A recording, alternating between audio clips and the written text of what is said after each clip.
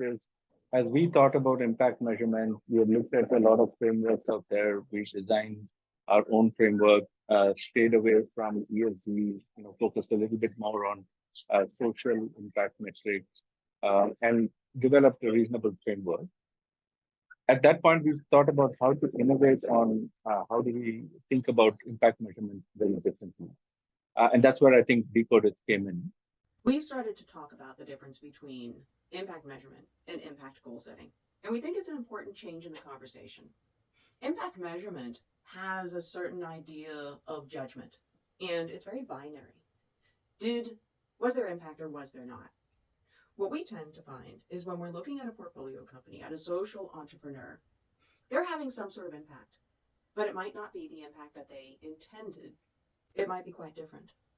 And part of what we're trying to do is think about a number of different indicators of impact and those impact that people are actually feeling from their services. We're going to choose those indicators based on what the people themselves find to be the most important. So I think there is a qualitative aspect to the work that they've done, which we have found very refreshing. This is the second cycle that we do with them. Decodis's work has helped them think very hard about the qualitative impact that they're having on their audience. In one case, even identifying a different audience or a different dimension of impact that the company had not even thought of or we had not thought of. So I think that discovery journey, as we call it, has been very, very fruitful from a qualitative perspective. And we think it will redefine the way people, impact investors historically think about impact. This not only helps us to capture the data, but also to understand it one level deeper, because what we learned in the exercise is it is working with a framework, which is then talking about, are you looking at your impact only in terms of scale or also depth or also breadth?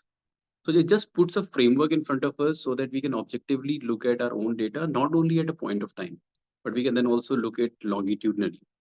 So that framework gives the structure for us to absorb this information and create those improvements as we move ahead. And for us, it becomes even more important because we are into a territory which has never been touched before. This will also help us understand where we should focus much more. And where we are not able to solve for, we should try to figure out what is not working for us. Right? So that is one part. The other part is where it is working really well for us.